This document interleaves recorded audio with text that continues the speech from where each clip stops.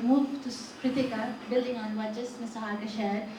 SweetFix, a very loved brand, like I just said, and also it truly blends with the concept of social entrepreneurship.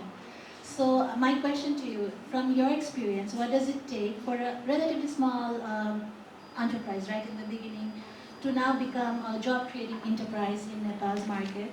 Um, what has been the mindset shifts that's been needed, and your journey a little bit? Yeah, thank you so much. Thank you so much for having me, and with all the videos and just what Mike said right now. Just, food is a beautiful thing, and as a businesswoman who is in the food industry, it really did start out as a passion, which it does for a lot of people. So when I started my company SweetFix, it was not for making a lot of money. It was just that I really thought that, oh, fruits are so good in Nepal, why don't we just take the pulp, freeze it, and just have it as a popsicle or ice cream. It really just started out as that small idea.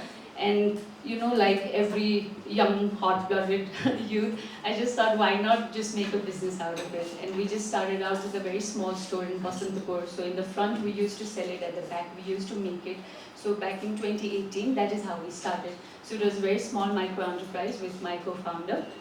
And with the love of the customers and maybe some strategic business decisions, and going more into my master's in business, and I do have a background in development studies, but I also have a background in business, so I really was more of, I want to create and I want to generate value, not just for myself, but from my vendors who I buy fruits from, or even my customers who buy into my product. I really want to create value. So that is where it started. But as we're growing now, so from one outlet, we now have 9 outlets. We supply to over 20 restaurants. We have a website, and it's not public yet, but we're also coming to Parvating and Big Mart by next summer. So we're going into a mid-sized factory. So that entire journey, what happened was, of course, the passion is always there, but you really needed some sort of business sense, and you needed strategy to get into that. And you really have to think of your product as the best, and you want